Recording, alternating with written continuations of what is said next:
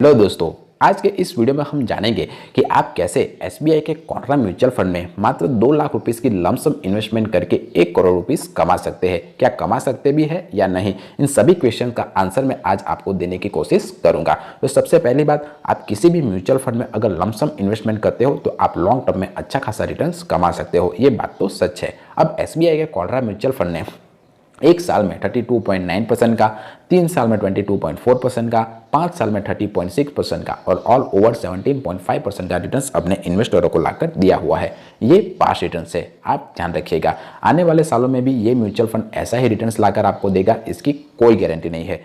Market अच्छा रहा तो ये म्यूचुअल फंड आपको अच्छे खासे रिटर्न्स और भी लाकर दे सकता है। ऐसा भी हो सकता है कि ये म्यूचुअल फंड आपको 28%, 22% तक के भी रिटर्न्स लाकर दे। पर अगर मार्केट में रिसेशन आया, मार्केट में गिरावट आया तो ये म्यूचुअल फंड आपको नेगेटिव रिटर्न्स भी लाकर दे सकता है। ये बात आप ध्यान रखिएगा। बहुत सारे लोग अब आपको एसआईपी कैलकुलेटर में जाकर दिखा देते हैं कि आप 2 लाख रुपए किसी म्यूचुअल फंड में लमसम इन्वेस्ट कर दीजिए तो आपके पास 1 करोड़ रुपए हो जाएंगे इतने सालों में। तो हम मान लीजिए कि 2 लाख रुपए इस एसबीआई के कॉन्ट्रा म्यूचुअल फंड में इन्वेस्ट कर रहे हैं। नंबर 1, हम जो रिटर्न एक्सपेक्ट कर रहे हैं उन सभी ईयर्स का वो 12% का कर रहे हैं, यानी कि हर साल हमें 12% का रिटर्न मिलेगा। हम ऐसा एज्यूम करके चल रहे हैं। पर ये म्यूचुअल फंड है, वो भी इक्विटी म्यूचुअल फंड। ये म्यूचुअल फंड आपको हर साल कांस्टेंट रिटर्न देगा, इसकी कोई गारंटी नहीं है। कई बार ऐसा भी होगा कि ये आपको 12% का रिटर्न देगा, कई बार ऐसा भी होगा ये 28% का रिटर्न देगा और कई बार ऐसा भी होगा कि ये मात्र 1% या 2% का भी रिटर्न आपको दे सकता है। तो हम ऑन एन एवरेज जो अब तक का डेटा मार्केट में अवेलेबल है उस हिसाब से हम 12% का रिटर्न इस म्यूचुअल फंड का पकड़ कर चलते हैं। तो आप सोचिए कि आपको 1 करोड़ रुपीस 2 लाख का बनाने में कितने साल लगेंगे? आपको 35 ईयर लगेंगे। तो हाँ, ये बात तो सच है कि आप 2 लाख रुपए लमसम निवेश करके 1 करोड़ रुपए कमा सकते हो। यहाँ पर सारे लोग स्टॉप हो जाते हैं, पर मैं यहाँ से ही आपकी बात खींचने शुरू करता हूँ। 35 साल बाद हमारे 1 करोड़ की वैल्यू क्या होगी, आप मुझे कमेंट करके बता सकते हो, मैं बताता हूँ। तो आप एग्जाम्पल के तौर पर पेट्रोल के प्राइस को ही देखिए। जब हमारा जन्म हुआ था, मेरा जन्म 1992 में हुआ था, तब पेट्रोल अराउंड 32 या 30 रुपीज़ के आसपास लीटर मिल रहा था और इसकी वैल्यू अभी 100 रुपये से ऊपर चल रही है गुजरात में। तो आप सोचिए कि 35 ईयर के बाद हमारे 1 करोड़ रुपए की वैल्यू क्या होगी। आपको नहीं पता तो मैं आपको इन्फ्लेशन एडजस्टेशन कैलकुलेटर में जाकर दिखाता हूँ। ये बात आपको कोई नहीं बताएगा, ये बात आप ध्यान रखिएगा। तो मान लीजिए कि हम किसी म्यूचुअल फंड में 2 लाख रुपये निवेश करते हैं। आप देखिए कैलकुलेटर में हम एंट्री करते हैं।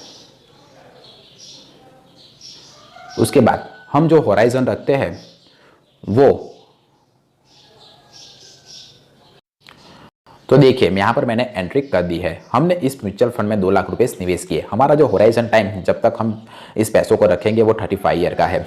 हम जो इन्फ्लेशन रेट, यानी कि हम जो ये मान के चल रहे हैं कि महंगाई 6% से हर साल बढ़ेगी, पर एक बात आप ध्यान रखिएगा, महंगाई 6 से 8% या 10% के बीच हर साल बढ़ती है, ये वेरी करती है, पर हम आइडियली 6% पकड़ कर चलते हैं। तो 35 साल बाद हमारे जो हमने जो इन्वेस्टमेंट किया हुआ है 2 लाख रुपये, उसकी वैल्यू 1 करोड़ 6 हज़ार रुपये के आसपास हो जाएगी। पर 35 साल के बाद इन्फ्लेशन को हम अगर एडजस्ट करते हैं तो उसकी वैल्यू 13.74 लाख के आसपास होगी।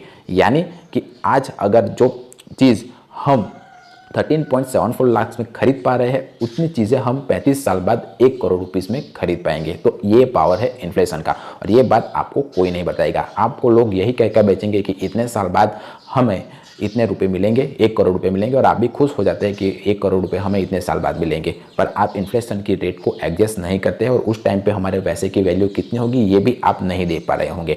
तो अगर हमें इन्फ्लेशन को बीट करना है तो उसका एक बहुत ही सिंपल एग्जाम्पल है, हमें स्टेप अप एसआईपी या स्टेप अप लमसम हर साल करते रहना चाहिए। आइडियली हर साल जो महंगाई होती है वो 5 से 10% के बीच बढ़ती है। तो हम हमारी एसआईपी को अगर 10% से हर साल बढ़ाते रहेंगे तो आप आराम से इन्फ्लेशन को भी बीट कर पाओगे और आप अच्छा खासा कॉर्पस अमाउंट भी आप जनरेट कर पाओगे। स्टेप अप एसआईपी बहुत ही अच्छा कॉन्सेप्ट है इन्फ्लेशन को बीट करने का। मान लीजिए कि आपने एग्जांपल के तौर पर एसबीआई के कॉन्ट्रा म्यूचुअल फंड में 1000 रुपीज़ की एसआईपी चालू की। अब आप एनुअली 10% का स्टेप अप करते हो। 10% यानी कि 1000 का 10%, यानी कि पहले साल 1000 रुपये, दूसरे साल 1100 रुपये निवेश होंगे, उसके अगले साल 1100 का 10% जो भी अमाउंट आएगा वो इन्वेस्ट होंगे, यानी कि हर साल 10% से आपकी एसआईपी अमाउंट इंक्रीज होती रहेगी। एक्सपेक्टेड रिटर्न हम 12% का ही पकड़ कर चलते हैं और अगर हम 35 ईयर तक अगर हम इस म्यूचुअल फंड में अगर निवेश रहते हैं तो हमारी इन्वेस्टमेंट अराउंड 2,52,292 रुपीज़ के आसपास होगी और उसके सामने हमें 1,77,66,940 करोड़ रुपीज़ के आसपास हमें मिलेंगे।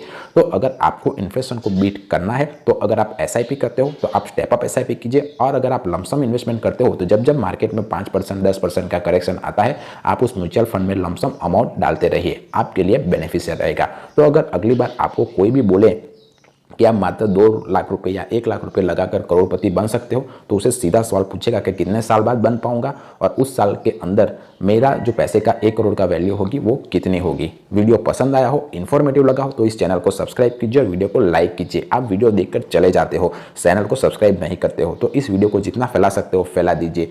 और अगर आप मुझसे अपनी SIP चालू करवाना चाहते हो, लमसम इन्वेस्टमेंट चालू करवाना चाहते हो तो आप मुझे कॉन्टैक्ट कर सकते हो। मैं सेबी रजिस्टर्ड पर्सन हूँ। अब मैं आपका अकाउंट खोल के मैं आपको इन्वेस्टमेंट चालू कर दूंगा। मिलते हैं अगले वीडियो में, तब तक के लिए बाय बाय।